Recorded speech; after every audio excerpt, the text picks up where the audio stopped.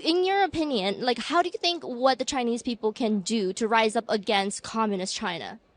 Well, first of all, I would like to comment on what you just said, that people in the Western democracies no longer seem to care about freedom. I think it has to do with the fact that they're just spoiled rotten, and they just think that, democracy's always been there and it will always be around. They simply have forgotten that these were things that had to be wrested from the former elites. And our fathers and forefathers literally spilled blood over this so that their children and children's children would actually enjoy living in a free and democratic society. But like I said, in the Western democracies, people simply have forgotten, and it no longer holds any value to them.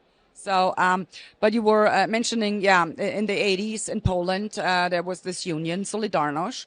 And, they've been fighting for years to overcome communism. Eventually, they were successful. And you also saw the same uprisings in GDR, for instance, and, other Eastern European countries. And they were successful. And especially in the eastern part of Germany, and not a single shot was fired.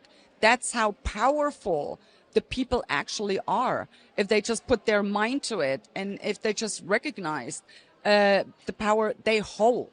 So it was possible. What the people in China can do, it's infinitely more difficult, because the Soviet totalitarian regime back then, they did not have the technological means at their disposal that the governments nowadays have with the surveillance. When the uprising started in China just a few months ago, Apple actually, took down that one app where the protesters could communicate. So, even the big businesses, the corporations are in on this. And that should make any alarm bell go off. And, I really don't know. But if the Chinese people, and I support them wholeheartedly, they need to keep up the pressure. But I do recognize and understand it's so much more difficult than it was 30 years ago.